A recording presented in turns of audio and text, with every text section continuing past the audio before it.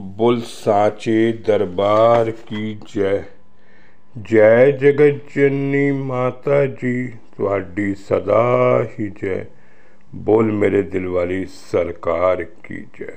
सिया राम सिया राम। सात संगत जी, आज छोटी दिवाली है। मेरे हजूर बाबा दिलीप सिंह बेदी महाराज जी ने आज के दिन चोला छोड़ दिया। आज मेरे आंसू रुक नहीं रहे। संगत जी, मैं क्या साखी लिखूं। आइए, हजूर ने 3 बार ऐसा किया। चोला छोड़ने की संगत जी उन्होंने इजाज़त मांगी। आइए, पहले संगत जी, हजूर जी पंचमढ़ी में विराजमान थे। साथ में कल्याण दास जी थे और उन्होंने भगवान विष्णु ने एक राक्षस का रूप बना लिया था। और संगत जी, तब विष्णु ने कहा, हे बोले शंकर, सोच समझ कर क्या करो। इसके बाद भगवान विष्णु अपने लोक में चले गए। भगवान शिव कैलाश पर्वत पर आ गए। जैसा सभी को पता है कि भगवान शिव के साथ भूतों प्रेम की सेना रहती थी। उन भूत प्रेतों में कुछ यहाँ पंचमढ़ी में भी रहते थे। जानकर फंसी पंचमढ़ी जंगल को भूत प्रेत की छावनी भी कहते हैं। वहाँ मेरे हजूर विराजमान थे संगत जी, और साथ में कल्याण दास जी भी उनके साथ थे। कहते हैं कल्याण दास जी को सब की छड़ी लेकर लकीर खींचने का इसका रहस्य यह था कि हजूर पंचमढ़ी में ही शरीर त्याग कर अपने धाम जाना चाहते थे। लेकिन हजूर जी ने ऐसा नहीं किया और फरमाने लगे, कल्याण दास, अगर मैं यहाँ शरीर छोड़ दूँगा तो तुम्हारी माता जी को जबलपुर कैसे लाएंगी।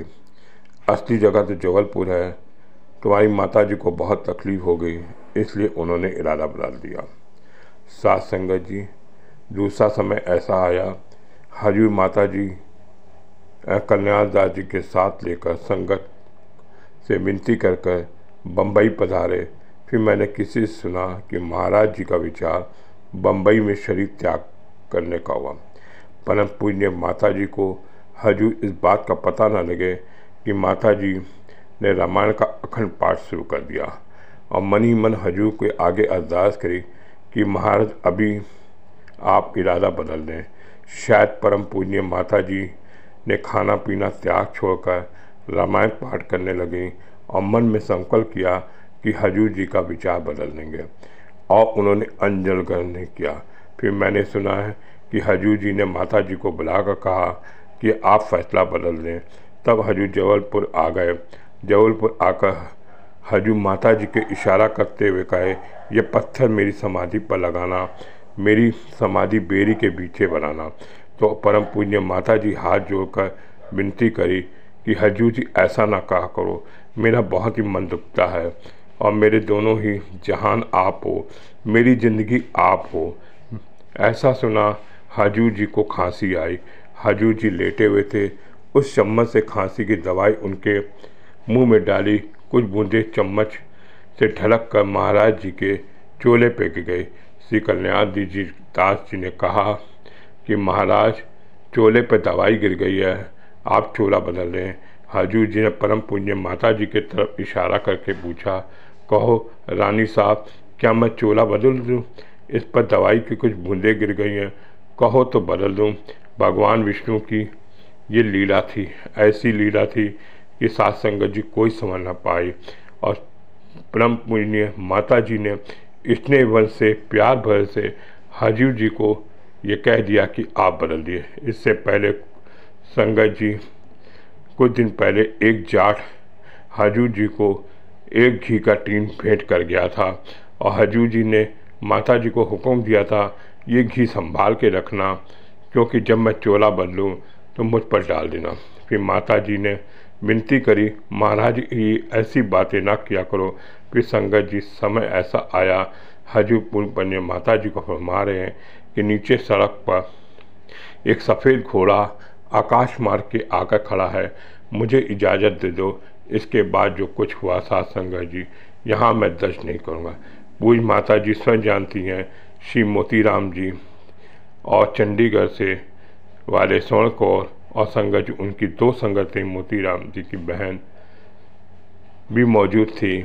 भगत सामंत सिंह की दोनों बहनों ने जीजा जी बाबा जसवंत सिंह इकट्ठे खड़े थे, हजू के सामने पहुँचे और पिया मोहब्बत को अपने कलम के दरगाही फर्गियों से पर्दा करने का मशवत से लिखा, जो इकवाली है, जो इकवारी जीते फेर नहीं, उदा मरना दुनिया के दिन है, उस दिन पर्दा करना सब कुछ करे निकार।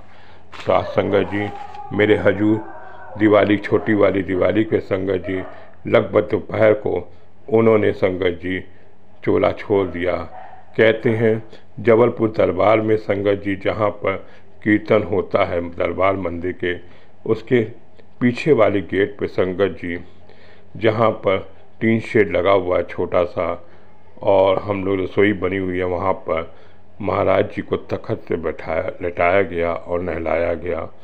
संगत जी उनके जब समाधि स्थल पे जब संगत जी उनको मुखानी दी तो अग्नि देवता और इंद्र देवता में आपस में लड़ाई हो गई। इतना संगत जी इंद्र देवता ने बारिश करी, उधर अग्नि देवता ने इतनी तेज आग की प्रज्वलित करी कि संगत जी आंधी तूफान आ गया। जबलपुर की बेदी नगर में उस दिन संगत जी दिए न चल पाए, क्योंकि दिए जलाते भी थे तो संगत जी बुझ जाता था। और मेरे हजूर बाबा जी ने उस दिन अपनी ज़िंदगी से हम लोग से को छोड़कर इस दुनिया से उन्होंने छोड़ा। उन्हें क्या लिखूं संगत जी, आज मेरे हजूर की उस बात की याद आती है कि नवंबर 69 के संगत जी, ये 8 नवंबर की बात थी और 69 में संगत जी मेरे हजूर बाबा जी ने जन्मदिन पे सारी संगत को कह दिया था, जब विदा होकर जा रही थी तो उसी दिवाली विच जरूर आना, फिर इकट्ठे होना, क्योंकि हजूर जी जानते थे वो विश्व के भगवान। हम संगतें नहीं जानती थी कि मेरे हजूर दिवाली पे हम सबको क्यों बुला रहे हैं।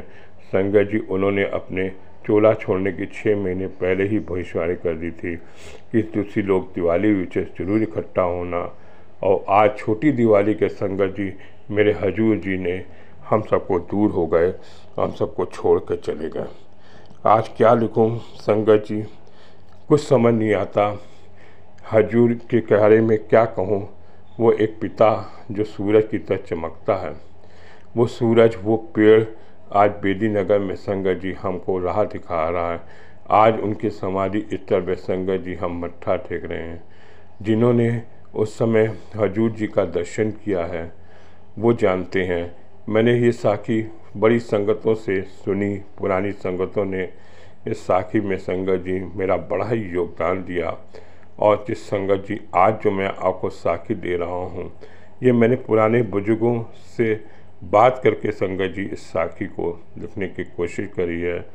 आज संगत जी मैं हजूर की चोला छोड़ने की संगत जी में क्या लिखूं, आंसू नहीं रुकते, आंसू नहीं रुकते।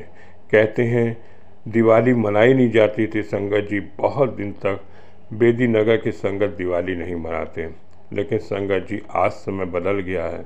बच्चे अब पटाखे चलाने लग गए, लेकिन पुराने ज़माने के संगतें जो पुरानी थी वो आज भी संगत जी उस आंसू को नहीं रोक पाती।